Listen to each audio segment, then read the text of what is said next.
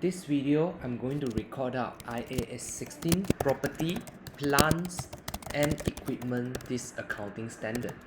So we are going to use this video to recap what are those important things that you should know in this IAS 16 property, plants and equipment.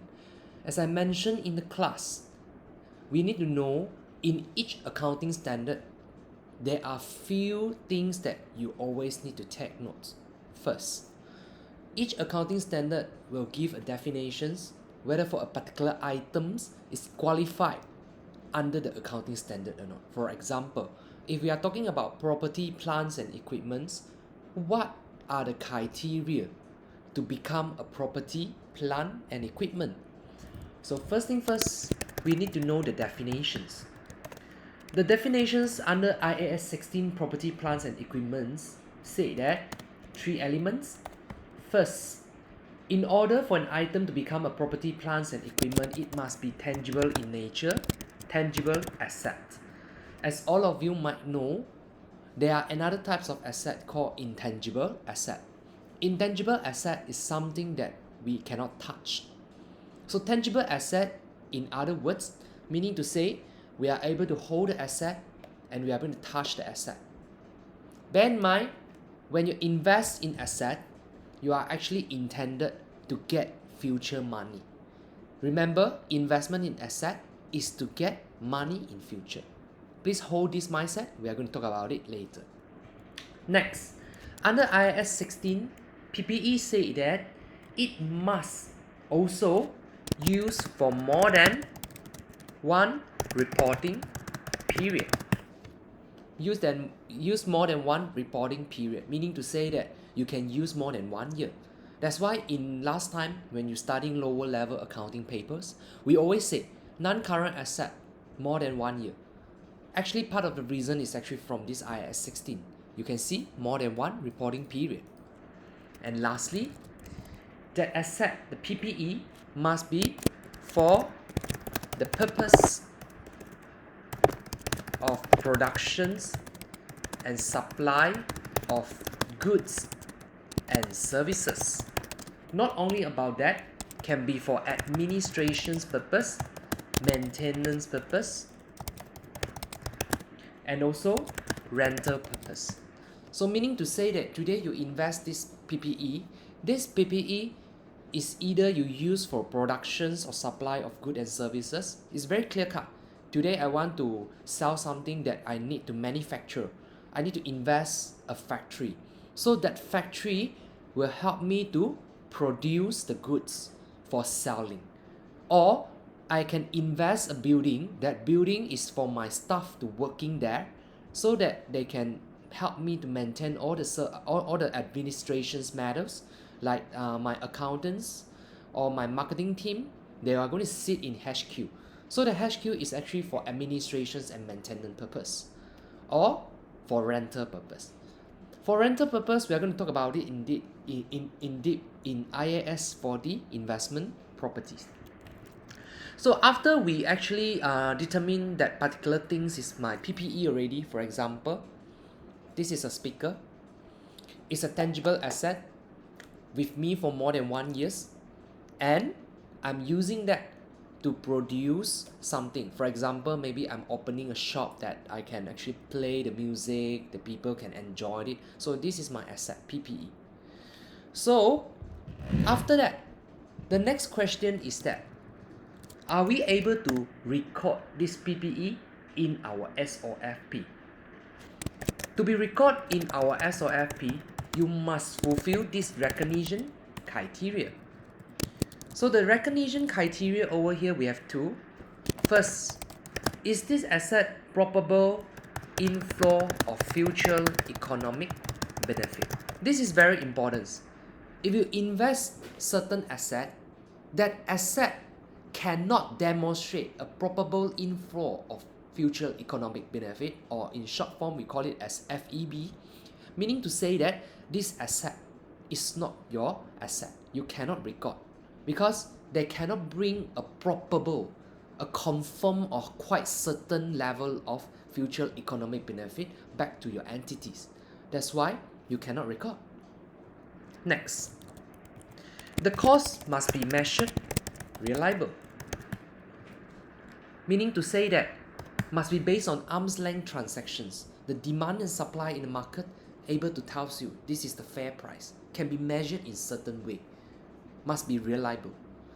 So let us just hold on this particular probable future economic benefit over here.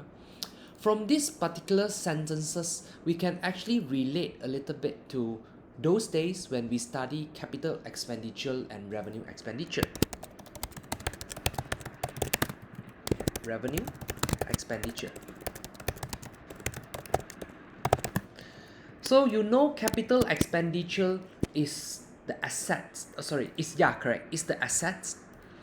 It's the asset, meaning to say that they are actually helping you to generate probable future economic benefit. That's why capital expenditure will be recorded as asset. But revenue expenditure, it won't. It is your expenses. And we further elaborate this one. Capital expenditure meaning to say that this expenditure will help you to increase the capacity of the asset. Whereas for revenue expenditure, won't increase your capacity. It means that when increased capacity in this case, right, it means will bring a probable FEB. But here, it won't have probable FEB. That's why in your revenue expenditure, for example, a most common one, wear and tear. You just repair it. This is your expenses. You repair the place that is damages. You cannot, because of you repair, your capacity increase and you can bring in the additional income. It won't. But if let's say you invest something, for example, my current classroom can fit in 50%, because I extend my room to another maybe 100 square feet, my classroom enlarged can fit in more students. So enlargement of classroom, the cost is actually considered as capital expenditure. This is very important because it helps us to achieve the relevancy of the financial statement. So please take note that once you actually fulfill the definitions, then only we can talk about recognition criteria. So now, next. So the next things that we need to know is that the measurements. Always remember, in accounting, we always define the items, provide the recognition, we ensure that we meet the recognition criteria. Then the next thing will be the measurements. Measurement is very important, because it helps you to determine the fair value. Rephrase myself, the value that you are going to replace, they are going to record in SOFP. So we can actually classify the measurements into initial measurements and subsequent measurements. Initial measurements in this case means what? Means the first time we buy this asset, how much it should be measured. And just for your information, IAS 16 property, plants and equipment mentioned that there are two types of measurements model. We have cost model, which is the most easiest one that you guys study in the fundamental level. Another model is your revaluations model. So since we have two models over here, but IAS 16 say your initial measurements, we always use cost model. You cannot choose. We are going to use cost model. So this cost model meaning to say that we need to establish the cost. So the cost model is actually made up from your costs, always minus your accumulated depreciations, like what we did always in the fundamental level, and minus your accumulated impairment under IAS statistics. Then you are going to derive as carrying amount. So always remember, we will need to find the carrying amount. The carrying amount meaning to say that after accumulated depreciations and after impairment loss. Impairment loss is a one-time loss when there's an indicators arises. This will be explained in IAS 36 impairment. So with that, meaning to say, initially when we establish the costs, what are the costs that we can capitalize? When I use the word capitalize, meaning to say that what are the costs that can be recorded as my asset, PPE? So according to IAS 16, this making the standard actually make it very clear that comprises of three major elements. First is the purchase price. After you include the duties and also your rebate, if any, you need to minus. Need to minus your rebate plus your duties. And then also you need to plus direct attributable costs. And lastly, cost of dismantling, or we call it as this removal cost. So ladies and gentlemen, I would like to highlight this direct attributable costs to you guys. So purchase price is actually very simple. When I buy this in Shopee example, 100, that is my purchase cost. I minus any voucher that I receive, for example 5 ringgit, so end up this cost is 95.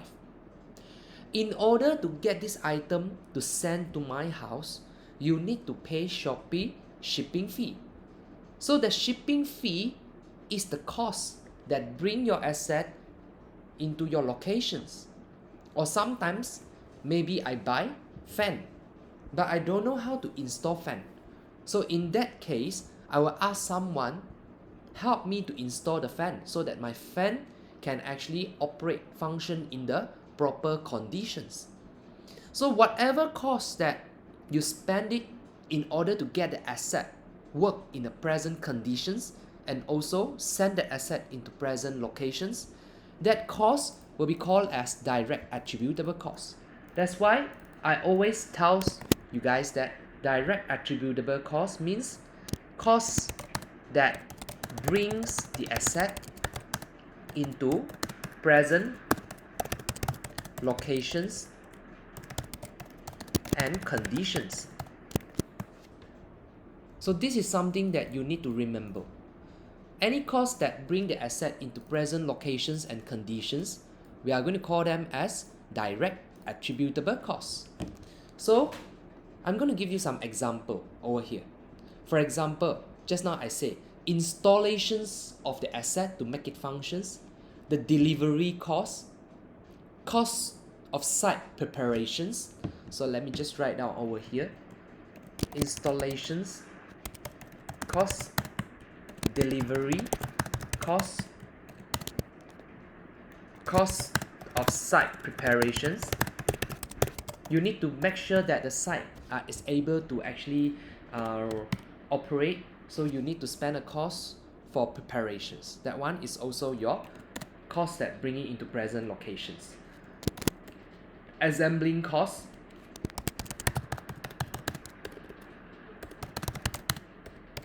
and also your professional fee, like lawyer fees that you make the agreement to transfer the ownerships, and also cost of testing.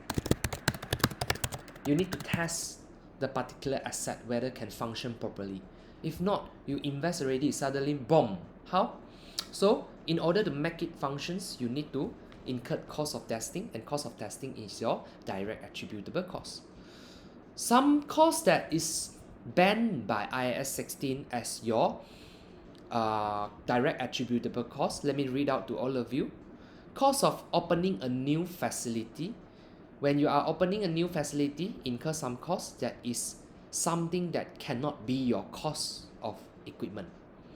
Cost of introducing a new product services. This actually comprises of like advertising, promotional activities. This one cannot record. Cost of conducting business in the new locations and administrations, other general overhead. All these costs cannot be capitalized in your PPE. So this is your direct attributable cost. And lastly, cost of dismantling means removal cost. So this removal cost is a future removal cost where you need to bring the future value into present value by using the formula FV1 plus interest rate and T. So this is actually trying to bring your future value, the estimations of the cost that you're going to spend in the future, bring it into present. So we are actually trying to be prudent, include the costs in your asset, because this is part and parcel of the cost of the assets. Something that you are going to incur in the future. For example, in future I might spend 500k to remove the renovations items that I actually put on in the first day I set up this business. After a few years, I don't want to use these locations already. I need to remove all the renovations things. So this is cost of dismantling and need to bring it into present value. So over the year, you are going to do the unwinding interest lah. So to debit your interest cost and credit your liability to make it increase. So this is something that is specifically stated in IAS 16, cost of dismantling. So these three will be your costs, and you need to minus your accumulated depreciations. And ladies and gentlemen, accumulated depreciations is always follow the method that you guys studies. Example can be a straight line method where we use the cost minus the scrap value, or we call it as residual value most of the time, and divided by the useful life. Meaning to say that useful life is a very important element when you want to determine your depreciations for this asset. And bear in mind, if let's say there are two assets that use together but their useful life is different, you will always need to separate these two assets. For example, building attached on the land. Although building is attached on the land, we always deem, assuming that both of the assets you own, we always will separate land as one asset, building as another asset, because land won't suffer depreciations and building, yes, will depreciate. So meaning to say, sometimes the item different useful life, you need to treat that as two different items. Or sometimes you may use reducing balance method. Okay, this one you are going to bring back your those days accounting knowledge. So after we discuss this, it's very important for us to discuss the subsequent measurements. So under the IAS 16, subsequent measurements, you always can have a flexibility in choosing you want to continue cost model or you want to choose to revaluation model. Example, cost model versus revaluations model. You can choose. Why they give you a flexibility in choosing this cost model and revaluations model? It is very simple. Imagine you are carrying on a building. You have a building. So the building from 2000, maybe 2020, you buy the building, but you use cost model because initially IAS 16 say always need to use cost model. Subsequently, then only we can choose cost model or revaluation model. So initially you put cost model, and until now you also cost model. Cost model meaning to say every year you need to depreciate. So building you depreciate for few years until now maybe 10 years already that asset. Okay lah, just now I said 2020, now it's 2026, so 5 years example. So you depreciate for 5 years, meaning to say your building carrying value will be dropping. It's lower than your original cost. But everyone know that building in certain area, the value will increase. So when the value increase, if you are still carrying at the cost model carrying amount, this amount might not reflect the true picture of the building in that locations. So in this case, it's not faithful representations anymore. The value is not carried at the fair value. So you can actually choose. If let's say you have a building, that building is actually material to you, you feel that the building doesn't carry at a proper value already, please do revaluations. That's why we can choose subsequent to the first year. So in this case, if you are using cost model, easy, you straight away still using the same method, minus your accumulated depreciations, minus your impairment, easy. But if you are continue using, you choose to use revaluation model afterwards, right? These revaluations, you will need to take certain steps and you will need to understand the treatments. So first thing first, on the revaluations model is actually comparing your comparing your carrying amount of the asset versus the fair value in the market. So fair value, this fair value will be determined by the market lah, must be market based. This one, if you guys ever study another accounting standard, IFRS 13, we are going to talk about that in deep. But now, this carrying amount compared to fair value, the difference can be two types. It can be lead to two situations. So you might have two situations over here. Technically, it's gain or loss lah. But we won't call it as gain or loss.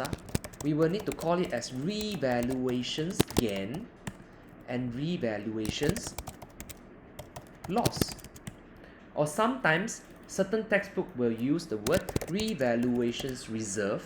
You need to reserve it, keep it aside, parking. Or sometimes they will use revaluation surplus. So they are mean the same things. So this is things that you need to do comparing the carrying amount and fair value. So you will have a gain or a loss. Your gain, surplus, you should always charge to OCI or equity. Your loss, charge to S or PL. Why? As part of fulfilling the prudent concept, losses we always recognize immediately.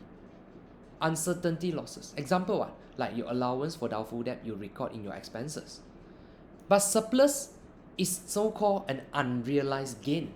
You revalue it, but you haven't sold the asset. That gain, the extra portions, is not your realized gain. So we will park this amount, we are going to park this amount in OCI or equity first. This is to actually consistent with the prudent concept. However, in IAS 16, the IAS 16 said that if these revaluations, if your revaluation is not the first time, meaning to say you are second times revaluate it, previously you already have revaluation surplus or revaluation loss already, what you need to do? This is important. So if previously there is a revaluations loss, now we are in this surplus case. How if in previously we have a revaluation loss? Previously, what you need to do? Such revaluations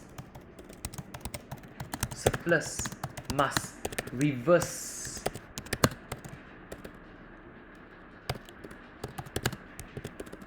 previous year revaluations loss first.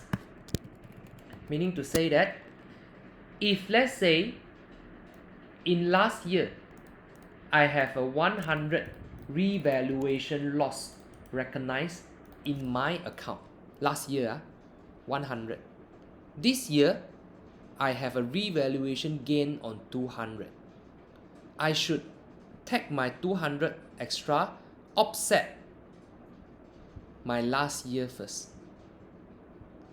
Any extra, any excess, only charge to OCI as a revaluations gain. This is something that you need to remember.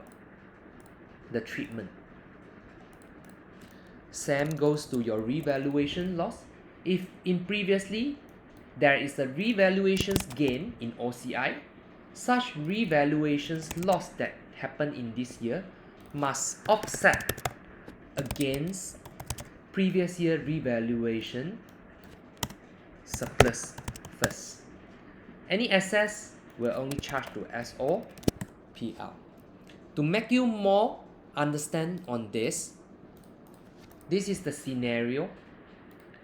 If today my carrying amount in 2025, example, in 2025, my carrying amount is 100, assuming this is after depreciations, and 2026, okay, my carrying amount is 80, and then now I want to revaluate my fair value. My fair value is 110. Okay, so after 100 minus 20 depreciation, you get 80, and then the difference here 110 minus 80 is your revaluations surplus.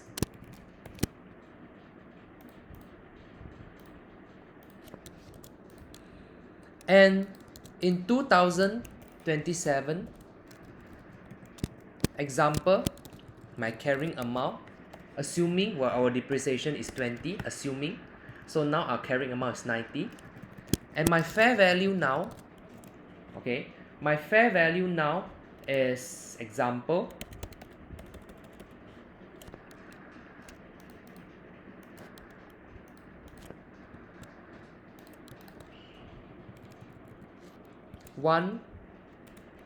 my fair value now, example, is maybe 50. Okay, such a drastic drop, but it's okay, it's an example. So in this case, there's a revaluations loss of 40, as you can see over here. But this revaluation loss, you cannot charge directly to SOPL. This 40, you will need to split it into 30 and 10, become 40. Why? This 30 is to offset the revaluation surplus that you have last year. We will need to offset whatever revaluation surplus we have last year. Then any extra, only we charge to SOPL. So this is what it meant, this one. How if I have another scenario, carrying amount 100, 80, carrying amount after 1 year, then now I revalue it, maybe I revalue it to 70, so become my revaluations loss. So this revaluation loss, 10, I charge to SOPL. So after 1 year, after the depreciation, 1 year, then also after the depreciations, I revaluate the asset to 80. So there is an increase. There's an increase of 30. Likewise, the 30, I will need to split it into 10 and 20. The first 10, I will offset with the revaluation loss I have in last year. Offset. Then any extra, I will charge to OCI as my revaluation surplus. So this is the things mean in here. And finally, the revaluations gain or surplus that we have in here, you will need to take note. There are certain rules applied in the revaluation surplus over your left hand side, this one. The IAS 16 say that the revaluations gain in OCI and when you can transfer to retained earning. Because revaluation gain is something that before dispose of, you revaluate and you have such a gain. So until when this revaluation gain you should hold, until when? So IAS 16 said two circumstances when disposal, you can transfer the OCI revaluations gain to retained earning as a realized gain already. Another one will be assess depreciations from the revaluations surplus to RE, retained earning. You can transfer the amount equals to the assessed depreciations from the revaluation surplus. Meaning to say that if let's say now I have a revaluation surplus, assuming I don't have this revaluation surplus 30. So in this date, my useful life is 3 years. So these extra portions of the revaluation surplus, I can slowly transfer equals to the depreciations portion. So 30 divided by 3, each year I can slowly transfer 10, 10, 10 for that 3 years. So this is what it means. So this is to ensure that you slowly transfer it to the RE, or you don't want, you can actually transfer when you dispose. So this is the end of the IAS 16. I hope you learned something. Thank you so much.